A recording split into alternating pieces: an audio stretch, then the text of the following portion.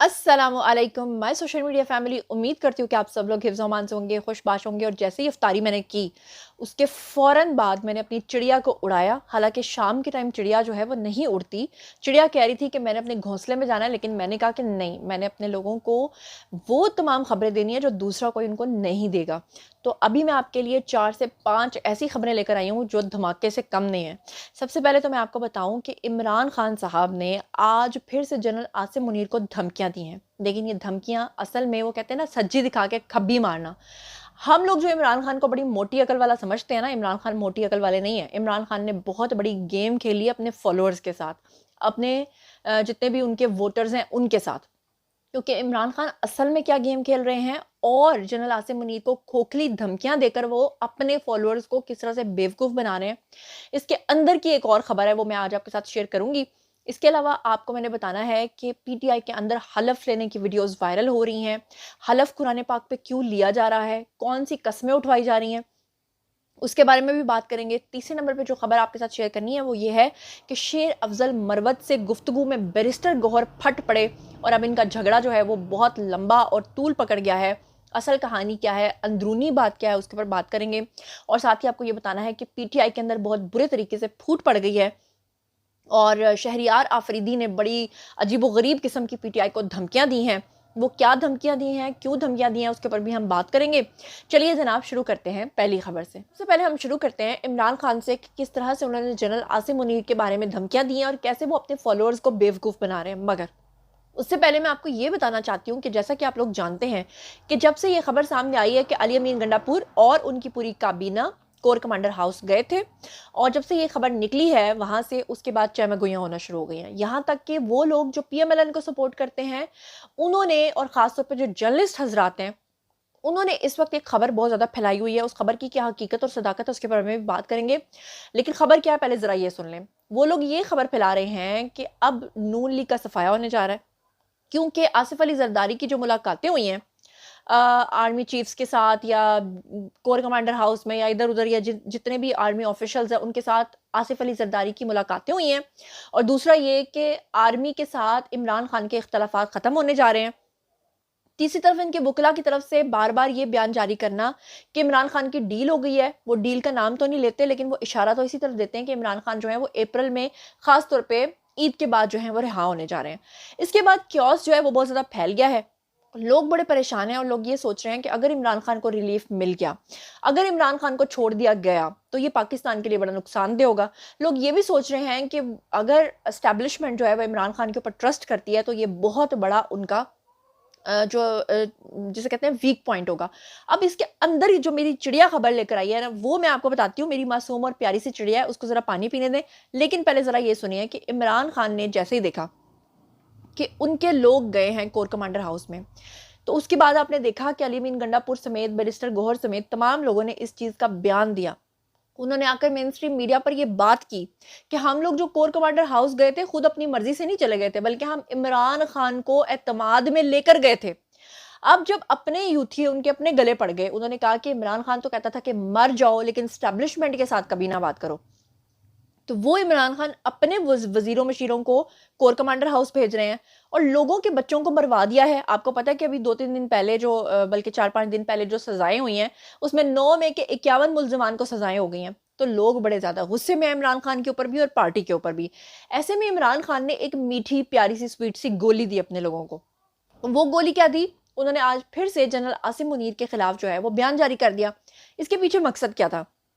मकसद था भोले भाले यूथियों को बेवकूफ बनाना दोबारा से। क्योंकि वो, आपको पता है कि यूथियों का एक मसला है कि वो कहते हैं कि जो हमारे मुर्शिद ने कह दिया है ना बस वही सच है, वो अकल या बुद्धि का इस्तेमाल नहीं करते। अब आप लोग मुझे एक बात बताइए, एक तरफ खान साहब जो हैं वो अपने लोगों को इजाजत दे रहे हैं कि ठीक है जी, आप लोग कोर कमांडर हाउस भी जाइए, आप वहां पर इफ्तारी भी कीजिए, उनसे बातचीत भी कीजिए। और मैं आपको गुज़श्ता रोज अपने व्लॉग में ये बात बता चुकी हूँ और आज मेरी चिड़िया ने उसके ऊपर स्टैंप लगा दिए।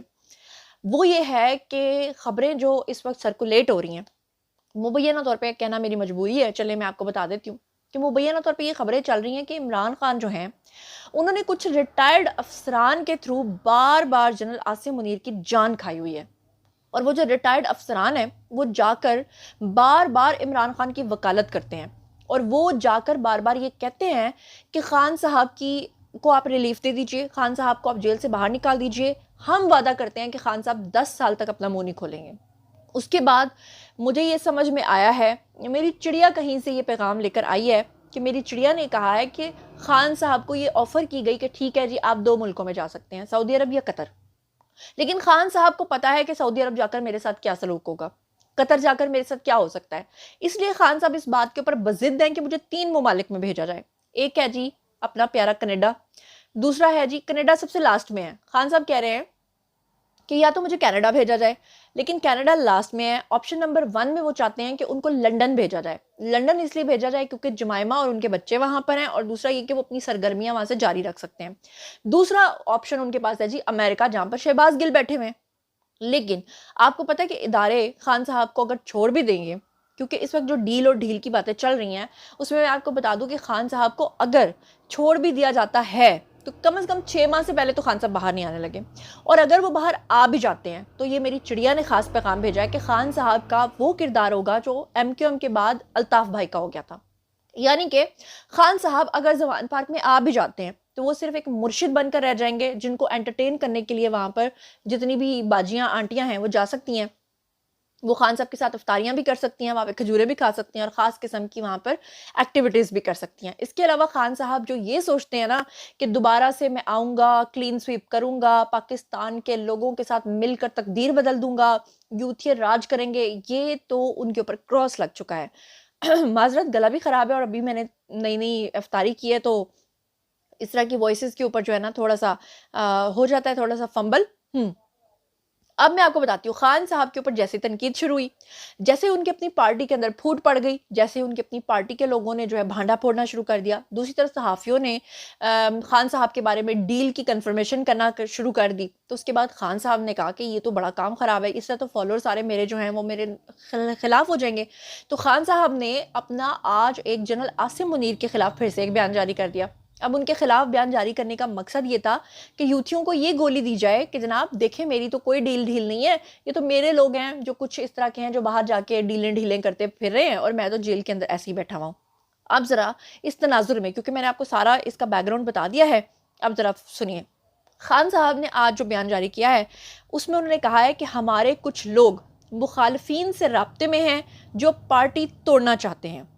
मानिए पाकिस्तान तहरीक इंसाफ यानी कि PTI, इमरान खान ने कहा कि हमारे कुछ लोग मुखालफिन से राब्ते में हैं जो पार्टी तोड़ना चाहते हैं। वही लोग बुशरा बीबी पर भी अमेरिकी एजेंट होने का इल्ज़ाम लगा रहे हैं।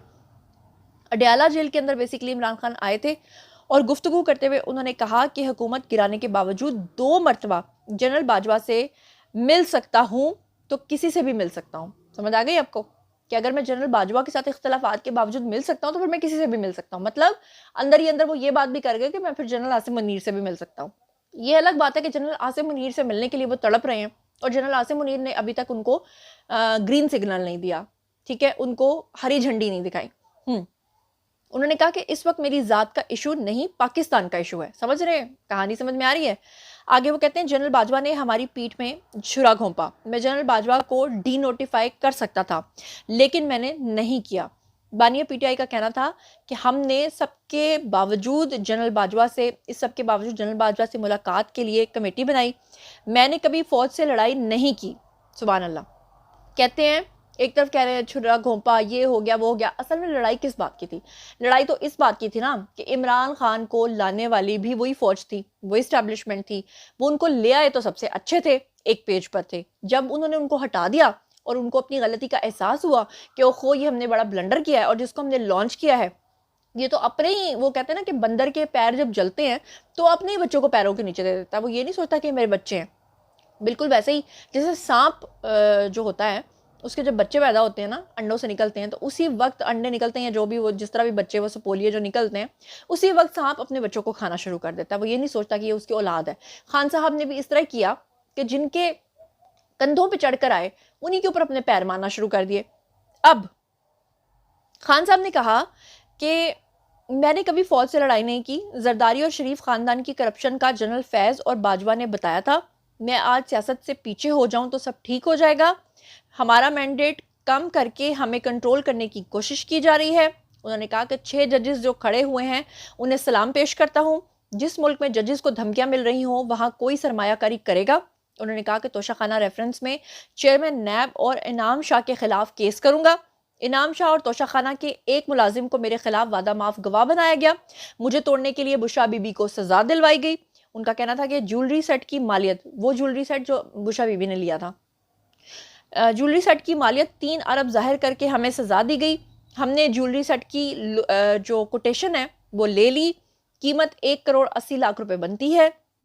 सजा दिलवाने के लिए दुबई में जो है वो पार्ट टाइम सेल्समैन से ग्राफ ज्वेलरी सेट की मालियत का तखमीना लगाया गया। मेरी गिरफ्तारी के वक्त पुलिस मेरे बेडरूम में मेरा पासपोर्ट और चेकबुक भी ले गई। बुशरा बीबी ने बनी गाला में मौजूद कीमती अशिया को इस वजह से कहीं और मुंतकिल कर दिया था। उन्होंने कहा, यानी बुशरा बीबी बड़ी चालाक निकली है, मतलब पहले ही उन्होंने चीज़ें इधर उधर मुंतकिल कर दी थी। उन्होंने कहा कि शहबाज शरीफ जो हैं वो फीते काटते फिर रहे हैं, उनके पास कोई भी ताकत नहीं है। आज दोबारा इलेक्शन करवा लें, दोबारा सबको पता चल जाएगा। आज मुल्क की मुआशी कमर टूटने लगी है।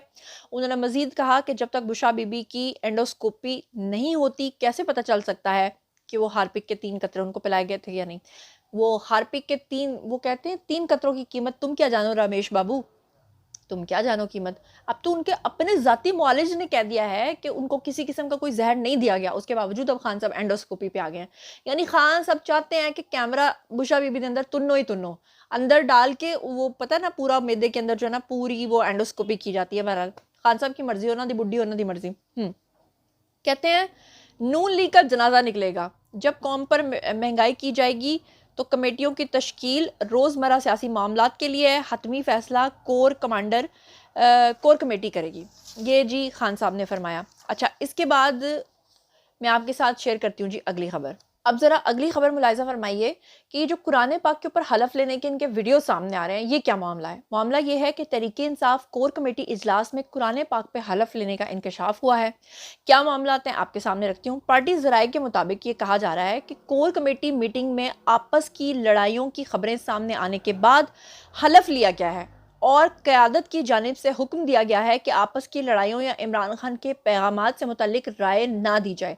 यानी सख्ती से मना किया गया है कि बाहर आकर अपनी अपनी कहानियां नहीं सुनानी और ये नहीं कहना कि खान साहब जेल के अंदर क्या कह रहे हैं, क्योंकि खान साहब का क्या है, वो तो कभी भी जलेबी टर्न ले सकते हैं, कभी भी यू टर्न ले सकते हैं।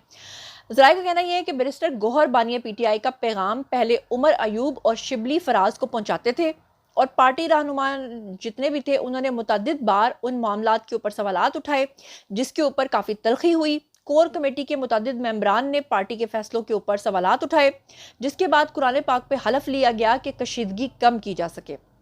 दूसरी तरफ बैरिस्टर गौहर ने PTI के ऑनलाइन जलसे से खिताब करते हुए कहा कि ये क्या बात हुई कि कुरान पाक पे हलफ लें कि सब कुछ लीक नहीं होगा, मगर फिर भी ये सब हो जाए। मतलब उन्होंने कहा कि ये तो कोई बात नहीं कि अगर आप कुरान पाक पे हलफ ले भी लें और आप ये समझें कि कोई बात लीक नहीं होगी, बातें फिर भी लीक होंगी। बैरिस्टर गौहर ने कहा कि चीज़ों का लीक ना होना डिसिप्लिन है जिसका हमें एहसास करना है। हमारा लीडर जेल में है और उनकी जिद्दोजहद से हमने आग का दरिया अबूर किया है। आपस के फैसलों को खुद तक महदूद रखने की ज़रूरत है।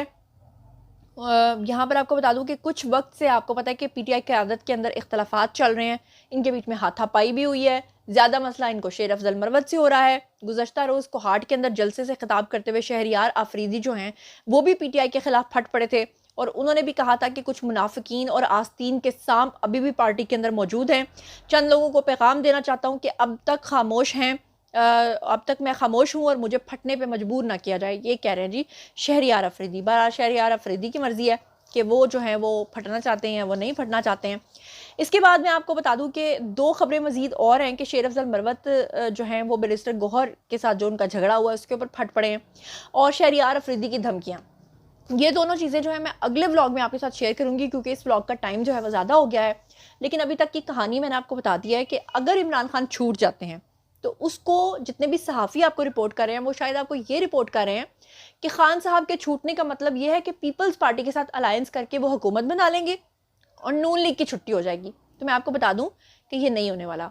अगला प्राइम मिनिस्टर भी PMLN से होगा, चाहे वो शहबाज शरीफ दोबारा से आए, चाहे वो मरियम नवाज हो। फ्यूचर में जो आपके सामने प्राइम मिनिस्टर्स आने वाले हैं उसके भी मैं आपको 2 नाम बता देती हूँ। एक है मरियम नवाज, दूसरे हैं बिलावल भुट्टो। बिलावल भुट्टो को तैयार करना है जरदारी साहब ने, मरियम नवाज को तैयार करना है मियाँ साहब ने। लेकिन अगर कोई ये समझ रहा है कि इमरान खान दोबारा से आ जाएंगे, तो मैं आपको बता दूं कि इमरान खान को छोड़ देने के बाद भी उनका फ्यूचर अब अल्ताफ भाई जैसा ही होगा। बहरहाल ये थी जनाब मेरी चिड़िया की खबरें, और बाकी की खबरें भी मैंने आपको बता दी हैं। और मैंने आपको ये भी बता दिया कि 3 अफसरान मैंने बता दिया जी, जो इस वक्त जनरल आसिम मुनीर के गिट्टे गोडों में बैठे हुए हैं कि अल्लाह के वास्ते डील करा दो। तो वो डील के लिए अभी तक उनको हरी झंडी नहीं दिखाई गई। ज़्यादा से ज़्यादा डील अगर हुई भी तो वो यही होगी कि खान को छोड़ दो। खान को छोड़ देने का मतलब ये है उन साढ़े वालों तो आज़ाद हैं, उन इधर फिर या उधर फिर, तेरी मर्जी है। और आप लोग इस बारे में क्या सोचते हैं, आइए कमेंट सेक्शन में मुझे बताइए, पर्सनली जवाब दूंगी। मज़ीद खबरें, व्लॉग्स, इंटरव्यूज़ और सियासी तज्ज़िये जानने के लिए मेरे साथ कनेक्टेड रहना हरगिज़ मत भूलिएगा। चैनल को सब्सक्राइब कर लीजिएगा। अपना बहुत बहुत ख्याल रखिएगा। अल्लाह निगहबान।